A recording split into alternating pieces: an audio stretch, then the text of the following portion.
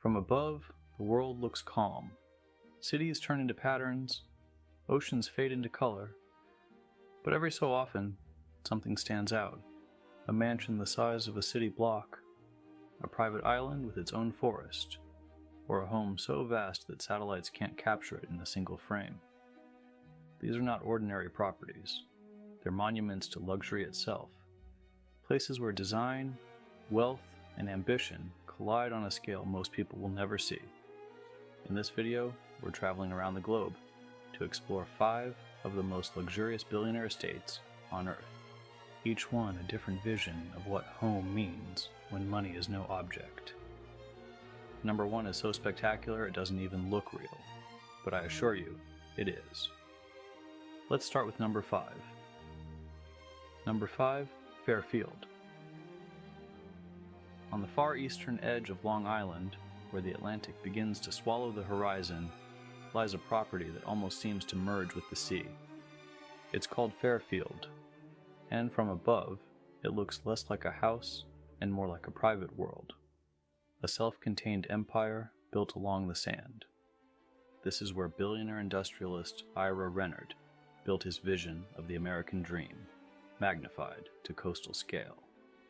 Spread across 63 acres of ocean front, Fairfield occupies a slice of the Hamptons that few people will ever set foot on.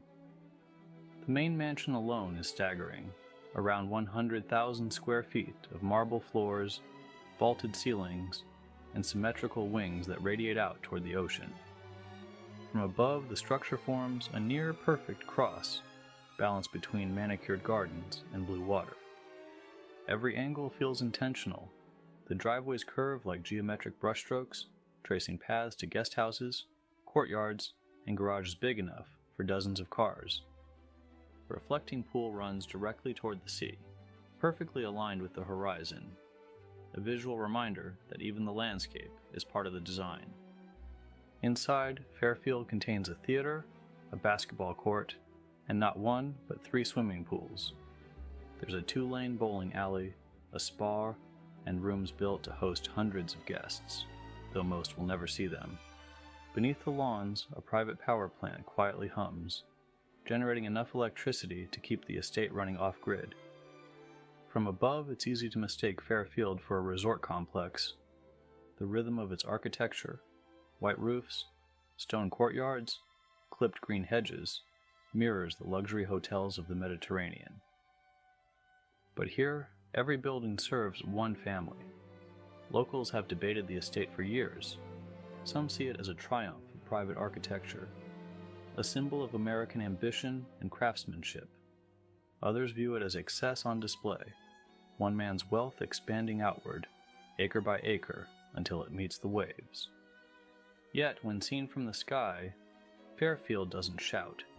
There's a serenity to its design, a kind of order that feels more like a temple than a mansion. The symmetry, the silence, the endless lawns, they project calm, not chaos. Its wealth expressed through space, not spectacle, and in that space lies the true luxury, isolation.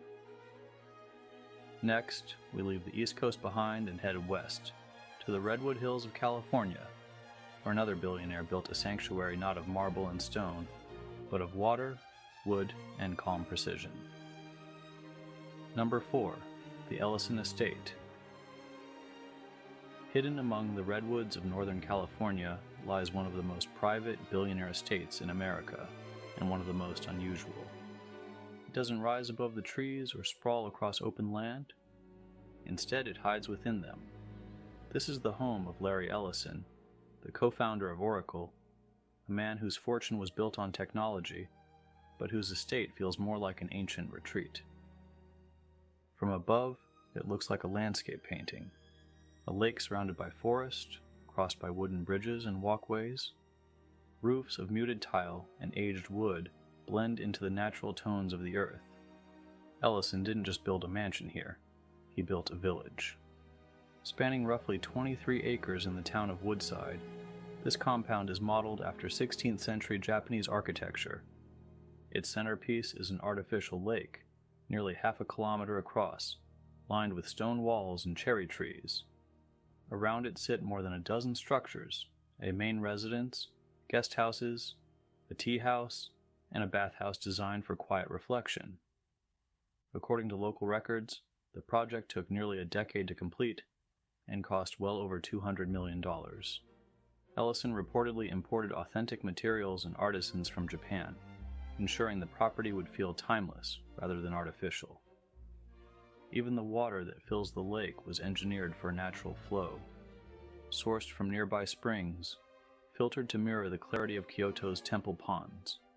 From the sky, the Ellison estate doesn't demand attention, it rewards it. Look closely, and you'll see the subtle play between human precision and natural beauty. The way light traces the water's edge, or how the rooftops reflect at sunrise. It's an estate built not to impress the world, but to disappear from it. From marble on the Atlantic to cedar in California, luxury takes many forms. Next, we leave the forests of Silicon Valley behind and travel across the Atlantic to the French Riviera, where one of Europe's oldest estates still defines what elegance looks like a century after it was built. Number 3. Villa Leopolda. On the glittering curve of the French Riviera between Nice and Monaco sits a villa that seems suspended between centuries. From the air, it gleams like a jewel set into the coastline, terraced gardens spilling toward the Mediterranean, white facades glowing against turquoise water. This is Villa Leopolda, one of Europe's most storied estates, and a symbol of a kind of wealth that existed long before skyscrapers and stock options. The villa's origins trace back more than a century to King Leopold II of Belgium, who built it for his mistress in the early 1900s. Its name comes from him, but its legend was written by the generations of industrialists and financiers who followed, each expanding and refining it until it became something close to myth. From above, Villa Leopolda isn't enormous by modern billionaire standards. It doesn't stretch for miles or dominate the landscape. Instead, its power lies in proportion, the symmetry of its gardens, the perfection of its axis, the seamless transition from architecture to nature. The grounds cover more than 50 acres, and the villa itself stretches across multiple wings, with ornate salons, mosaic floors, and a staircase that sweeps down toward the sea. It's been called the most beautiful house in the world, and for decades it's drawn a mix of fascination and envy. When it was rumored to sell for nearly $750 million, the headlines were as grand as the villa itself. Yet, beyond the numbers, the true value lies in something quieter, the persistence of old-world craftsmanship in a modern world that moves too fast to notice. For most of its life, the villa has been private, its interiors rarely photographed. Yet satellites capture what the world is meant to forget, the enduring geometry of European luxury, etched into the earth like a signature. To modern billionaires, Villa Leopolda is a reminder that luxury once meant legacy, not excess. Every detail here, every cypress tree, every fountain, every stone, was placed for beauty, not scale. Next, we travel east to the world's most vertical expression of luxury, a private skyscraper rising above 20 million people, a billionaire's home that touches the clouds over Mumbai. Number 2, Antilia. Rising above the crowded skyline of Mumbai, surrounded by a sea of lights and motion, stands a structure unlike anything else on Earth. It doesn't spread outward like a traditional estate. It climbs, 40 stories of glass, steel, and symmetry, rising nearly 600 feet into the sky. This is Antilia, the home of Mukesh Ambani, chairman of Reliance Industries, and one of the most extraordinary private residences ever built. From above, Antilia looks like a vertical city block frozen in midair. Its terraces spill with hanging gardens. Its helipads rest on glass rooftops. Its entire facade glows like a lantern against the urban night. The numbers alone defy comprehension. Antilia covers roughly 400,000 square feet, a scale comparable to a shopping mall. Yet every inch serves one family. Inside are 27 floors, each with its own theme and purpose. There are ballrooms, crystal chandeliers, and a multi-level garage capable of holding more than 150 cars. There's even a snow room, designed to generate artificial blizzards in the heat of the Indian summer. The residence employs over 600 full-time staff, each trained to maintain a structure that runs more like a private ecosystem than a house. From the air, the visual contrast is impossible to ignore. Around Antilia, the dense neighborhoods of South Mumbai stretch endlessly, a mosaic of rooftops, markets, and apartment towers. And then, in the center, this vertical palace rises, its gardens floating hundreds of feet above the city. To some, Antilia represents the pinnacle of modern luxury, a statement of India's new economic power. To others, it's a mirror held up to inequality, a billionaire's tower above one of the most crowded cities on Earth. And still, despite its enormous scale, there's artistry in its engineering. The structure was designed to withstand earthquakes, high winds, and the monsoon's full force, all while maintaining energy efficiency through vertical gardens and filtered light. From above, it's a story in steel and light, the evolution of opulence itself. And as the lights of Mumbai stretch to the horizon, only one home shines brighter. Next, we cross the ocean to California, where the dream of the ultimate modern mansion became reality, collapse, and legend all at once. The world's most ambitious private home. Number 1, The One. High in the hills of Bel Air, California, overlooking Los Angeles, sits a structure so vast that it defies every category of modern architecture. From above, it looks less like a mansion and more like a private city. A labyrinth of white concrete and glass, spreading across more than 100,000 square feet, a scale once reserved for museums and airports, not homes. This is The One, the world's most ambitious modern estate.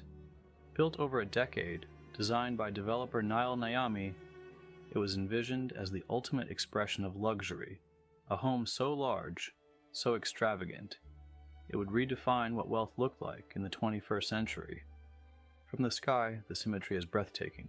The estate occupies a ridgeline that floats above Los Angeles like a stage, with sweeping 360-degree views, the city on one side, the Pacific Ocean on the other. The main residence stretches 500 feet across, its flat rooftops connecting a series of terraces, infinity pools, and reflective surfaces that catch the light. Inside, the details are almost surreal. A 50-car garage, a bowling alley, a movie theater, a nightclub, and 5 swimming pools, each designed with its own panoramic view. The centerpiece is a massive glass-walled living space, an open expanse so large that helicopters filming from above struggle to capture it in a single shot. And yet, despite all of this, The One tells a story not only of success, but of collapse. When it first hit the market, its price tag was staggering, $500 million, making it the most expensive home ever listed. But behind its perfection were financial cracks, mounting debt, unpaid contractors, and lawsuits that spiraled as fast as its ambitions grew. Eventually, The One was auctioned for a fraction of its intended price, a quiet ending to one of the boldest real estate experiments in modern history. Still, even in that failure, the home achieved something rare. It captured the imagination of millions. It became a symbol of how far the idea of luxury could stretch before it broke. From above, The One remains mesmerizing. Its lines are clean, its surfaces impossibly precise. The way light rolls across its pools at sunrise, the way it seems to float above Los Angeles, gives it an almost mythic quality. You can see the entire city reflected in its walls, the skyline, the traffic, the distant ocean, all contained within one person's dream of perfection. Wealth takes many shapes. A coastline carved into private gardens, a forest shaped into stillness, a tower built to touch the clouds. Each estate we've seen is different, in design, in purpose, in time. But they all share the same ambition: to make permanence out of privilege. Stay tuned for our next episode, The Most Exclusive Billionaire Resorts.